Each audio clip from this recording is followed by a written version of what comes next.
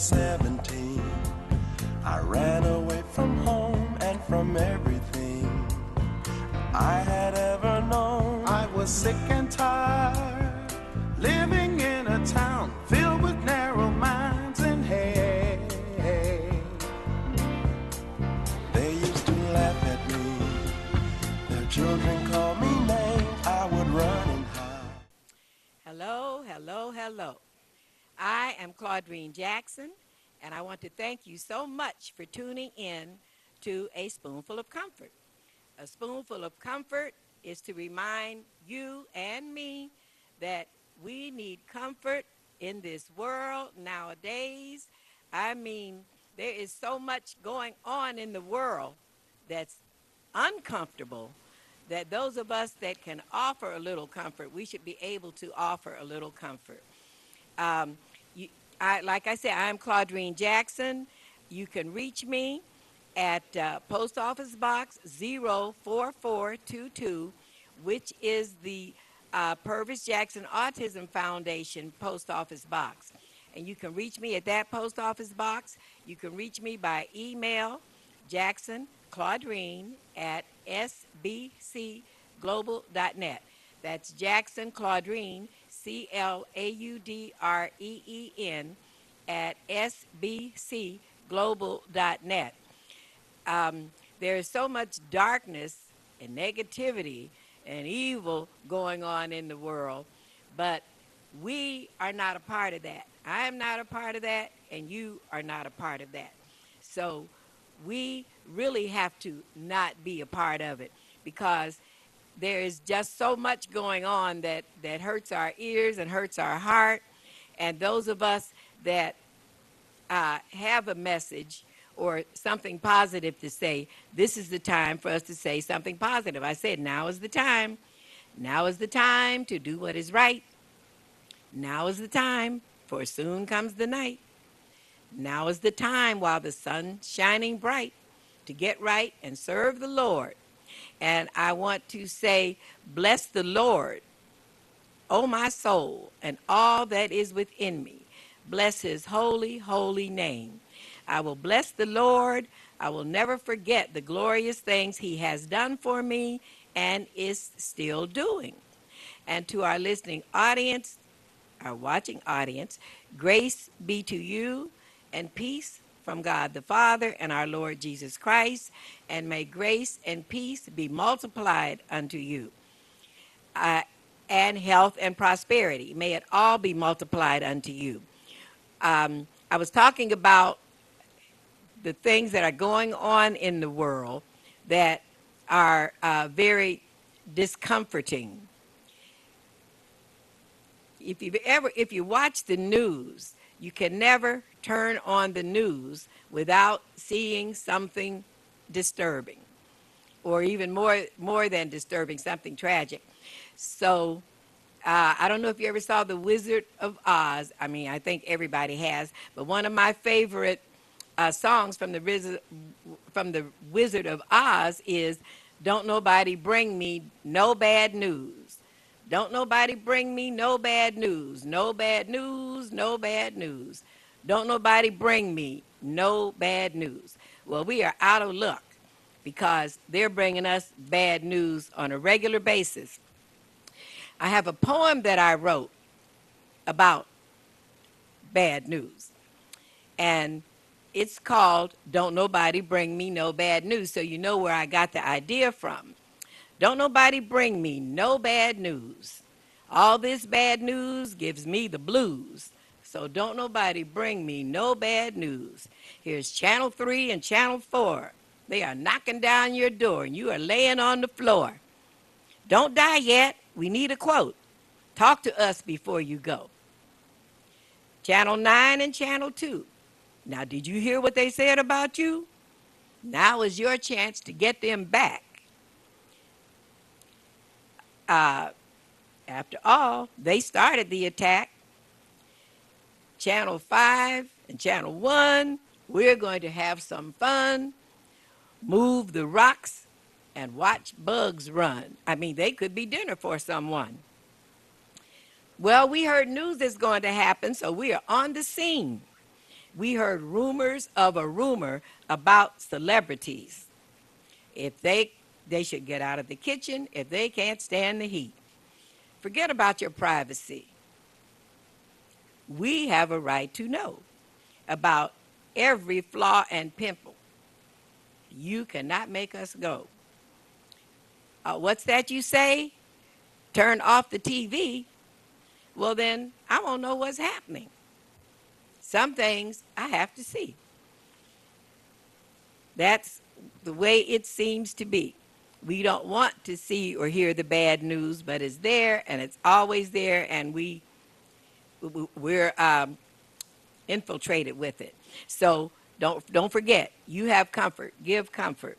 So I had mentioned last week about my birthday, and I am bumping into 80, and I'm thankful that at this age I still have most of my faculties, but I do know that us 70, 80, and 90 year olds, we have redefined aging. They make liniments that don't smell.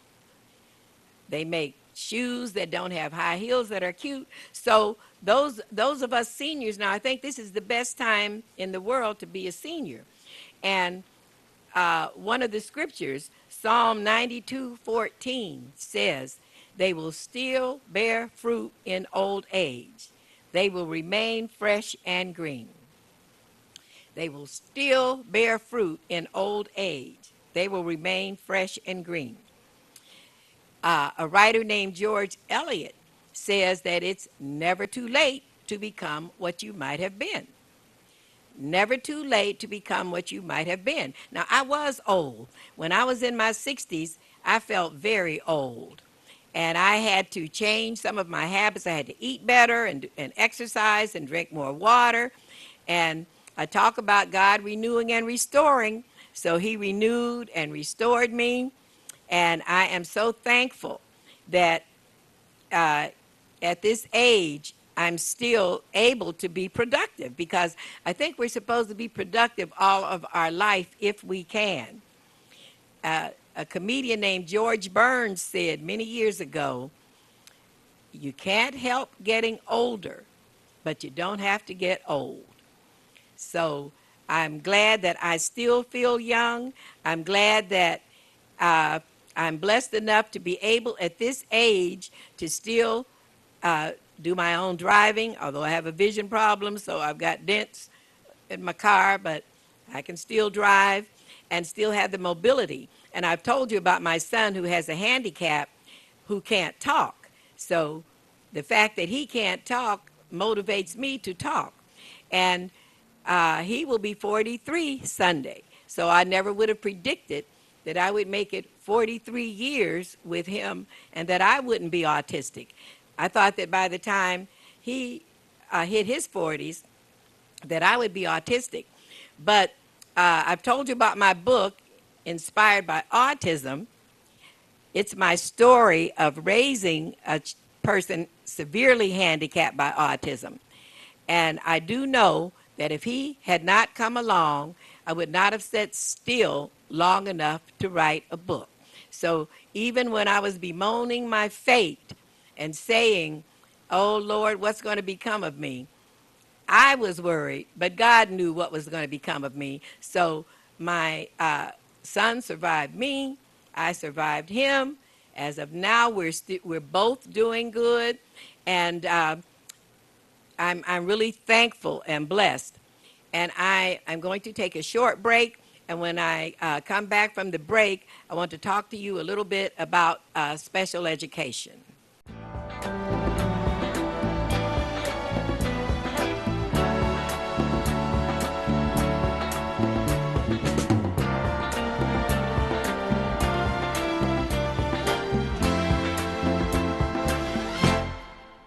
When I was 17, I ran away from home and from everything I had ever known. I was sick and tired, living in a town filled with narrow minds and hate.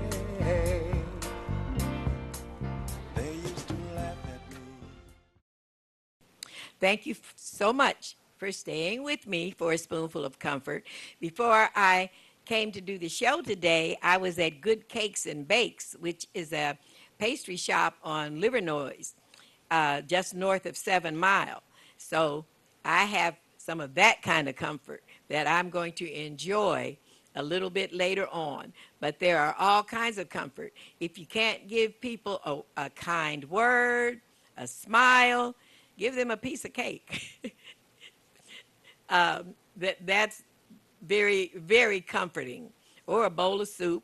I say that you don't have to start a foundation or write a book to help parents of children with handicaps. Parents of children with handicaps are struggling. It's always a struggle. And wealthy parents can do what they need to do for their child. It's the lower income parents that are struggling with the handicapped child. And that's what the Purvis Foundation was formed for, to help poor children with handicaps. I want to talk to you a little bit about special education, because school is out now, but special education schools, some of them go year round. My son was in a special education school, and the special education staff, so they're working during the summer while some of the rest of us are taking a vacation or relaxing. Um, there are a lot of problems in the school. I don't think that the special education is one of the problems. Everything might not be what we want it to be, but the special ed staff does a wonderful job with our children. And they inspired me so much that I went back to school and got my degree to be a special education teacher. So I believe that one of the problems in the school is that they took out prayer. You notice when they took out prayer, other things came in. So prayer and paddling were the two bookends that kept everything running smoothly in schools. And they took out both of those. And so now there are problems in the schools. But the special ed students are very well looked after. In fact, my son was picked up in a cab and brought home in a cab when he was younger. As he got older, he was bused to and from school. So a lot of special ed students have emotional problems and difficult behaviors, and that's one of the reasons that special ed was started. My students had learning disabilities. Now, learning disability doesn't mean you can't learn. It just means you have a harder time learning. I told my students when they came to my classroom, I said, we'll say LD means learning difference, because the regular ed students used to tease the special ed students and talk about them. And I won't even tell you what they said LD stood for. So when the students would come to my classroom and they'd say, Miss Jackson, they told me what LD stands for. I say LD stands for learning difference, because I was very good in academics, but when it came to sports, I had a learning disability. So for me to succeed in sports, someone would have had to motivate me enough to overcome my difficulties to want to be a success in sports. So that's what I tried to do with my students in the classroom. I tried to motivate them to want to learn bad enough to overcome whatever their difficulty was. And many people with learning difficulties are very intelligent and very capable. And that was what I wanted to instill in my students, and wanted to get them to realize. And when educating handicapped people first started, the handicapped people were sent to school. They did not come into the classroom. There was a wheel in the schoolyard. They tied these children to the wheel, and they went around and around and around all day, moving that wheel. That was their school. So in the 70s, the law got passed that all handicapped children were entitled to a free and appropriate public education. I'm so thankful for that, because when my son came along, I never would have thought of him being educated or going to school, but according to the law, they were entitled to a free and appropriate public education, paid for by the Board of Education. And you know, we're losing so many of our gains that I'm just praying that we never lose that gain, because uh, like I say, those of us who are more fortunate, we are supposed to look out for the less fortunate. So with my students, I always tried to build up their self-esteem and to focus on what they could do as opposed to what they couldn't do. So we had a classroom business. They made and colored bookmarks, and we sold bookmarks, and we had profit sharing at the end of the year, and they were very good at this. They would sell the bookmarks and bring the money. We had a classroom bank, and they would bring the money into the classroom, and on the board every day I'd have how much money was in our bank and what we would get at the end of the year. So they were learning a little bit about what they could do as opposed to what they couldn't do. But teaching special ed was a challenge at times. On one of the trips, we went to Greenfield Village. We took a field trip to Greenfield Village and Henry Ford Museum. Well, in the classroom, I always felt like I had better control because we were contained.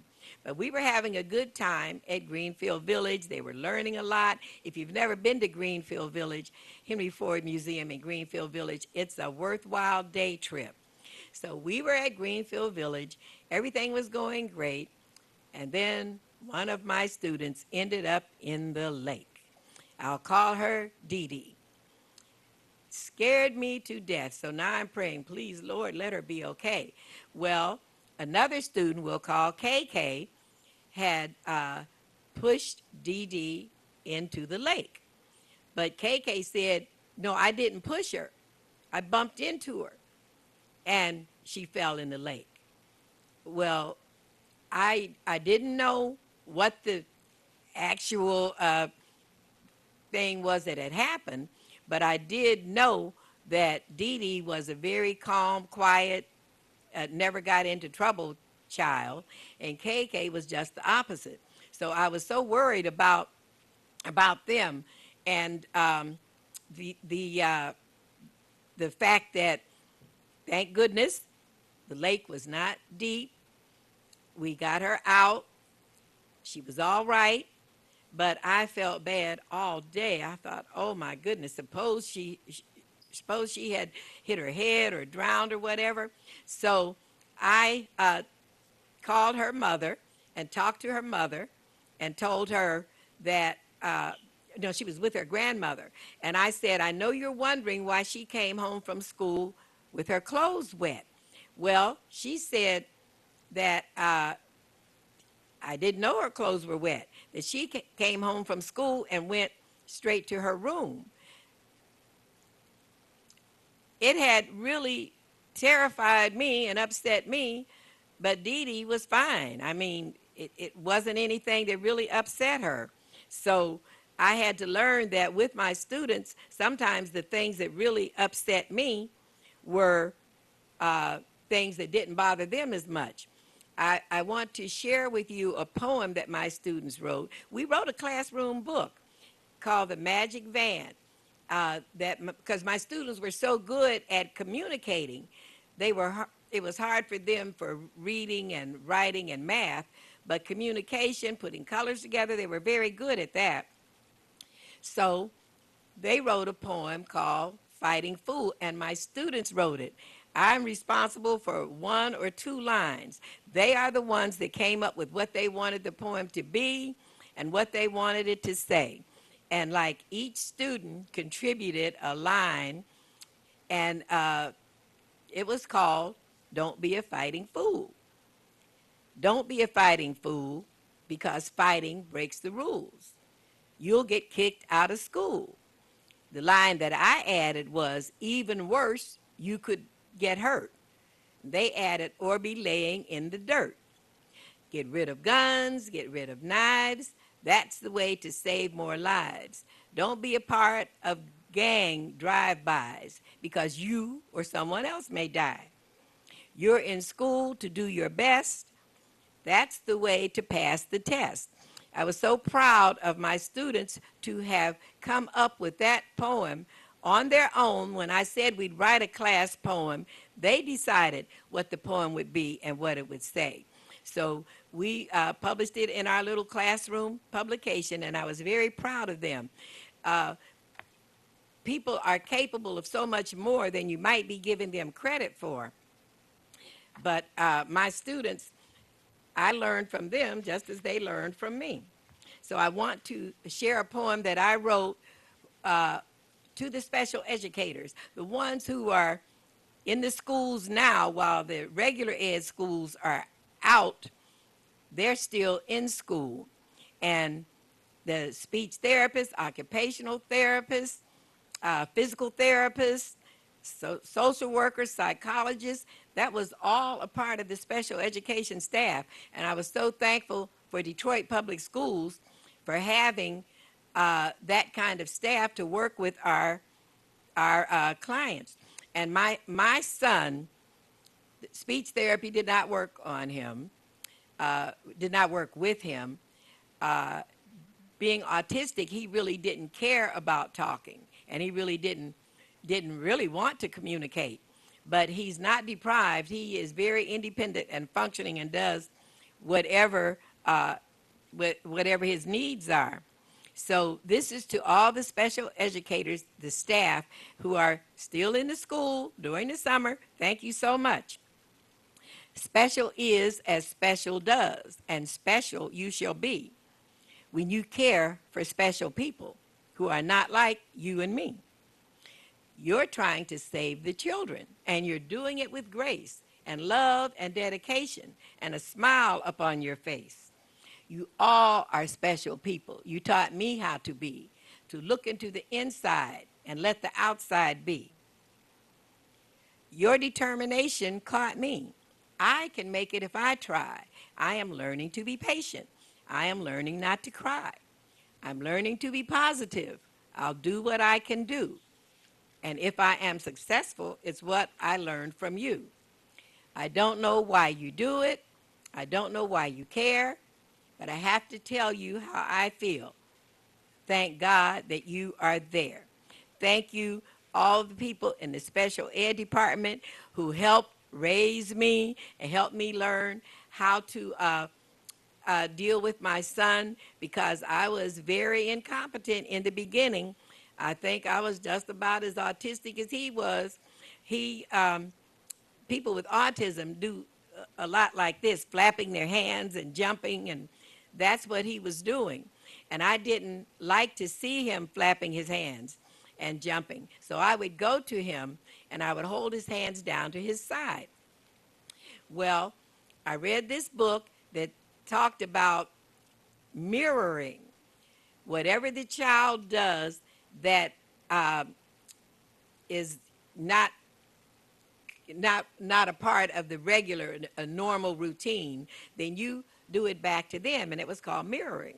So when my son would be jumping and flapping his hands and jumping up and down, and so then I started doing it. And lo and behold, he didn't like to see me doing it either. So he would come and do with me exactly what I did with him. He would come and get my hands and hold them down at my side. So we both stopped.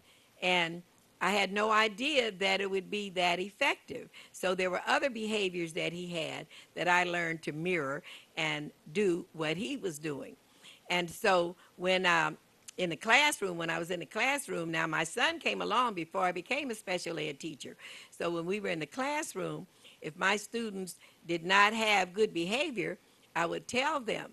Now my son has a severe handicap, but he has learned self-control. So I know you all can learn self-control. So I help them to realize that self-control is something to be proud of. But they used to say, but Miss Jackson, I don't want to be weak. So that's a question that I wonder about even now. How do you parents who are raising children today teach them how to have self-control and how to be kind to each other without uh, them being bullied or talked about? Because it's one of the problems I had in the classroom. They didn't want to be thought of as weak. So I have a couple of sayings that I want to um, tell you, and I use this with my students. One of them is never argue with a fool. A passerby won't know who is who. Never wrestle with a pig. You both get all dirty, and the pig likes it. And you don't have to agree. You can agree to disagree. So I had to teach them strategies for when things weren't going the way they wanted to.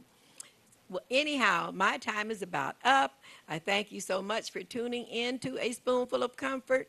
And remember, you are capable of giving comfort as well as receiving comfort. Tune in at 1:30 on Tuesdays on WHPR TV 33 for A Spoonful of Comfort. And until then, give comfort. May the power of God protect you.